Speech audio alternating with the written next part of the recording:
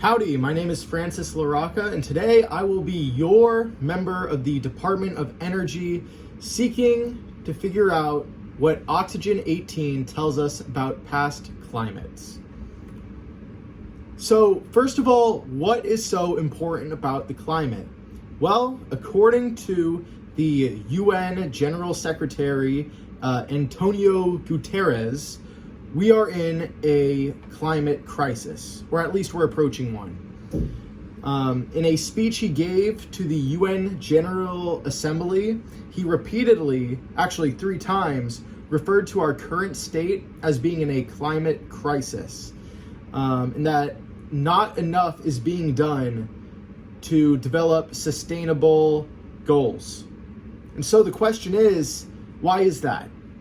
And I believe it comes down to a lack of understanding when it comes to the climate. And so how can we come to understand our climate more?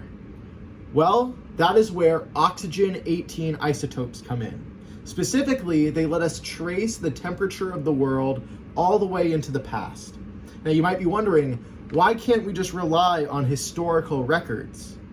Well, that's because the concrete historical data only goes as far as about the 19th century, and then if you trace it back a bit more, maybe the 1700s. And if you look at the timeline of the entire world, we're talking hundreds upon thousands, if not millions of years. And so only being able to go back 100 or 200 or 300 years is not going to be enough for us to fully understand our climate. So we need more than just historical data. So how do we use Oxygen 18 isotopic ratios? Well, first, what is an isotope? An isotope is an atom that has a different amount of neutrons. So we're talking about Oxygen 18. We know oxygen has 8 protons. So if it's called Oxygen 18, then it has to have 10 neutrons because 8 plus 10 equals 18. But what is more common, and what you might have heard of in a high school chemistry class, is Oxygen 16. Because oxygen typically has only 8 neutrons, because 8 plus 8 equals 16. So we have these 2 isotopes where one has 8 neutrons and one has 10 neutrons, and they tell us something. But how do they tell us something? Well, it comes down to the water cycle. The classic age-old water cycle tells us how these 2 isotopes are impacted by things like evaporation, precipitation, and so let's look through it. Evaporation favors lighter isotopes, or Oxygen 16. In warm ocean regions, water with Oxygen 16 evaporates faster than water with Oxygen 18. And then condensation favors heavier isotopes.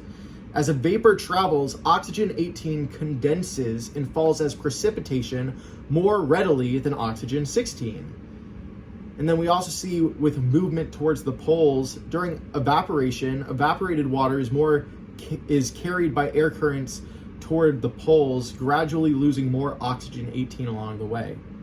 So it's almost as if these Oxygen 16 and Oxygen 18 isotopes can leave us a trail of breadcrumbs, clues for us to see the climates of the past through the water cycle. And so what has these isotopes revealed? Well, that's where we talk about our policy recommendation. Homework 4 didn't have an official policy recommendation, but rather it tells us what these ratios have revealed.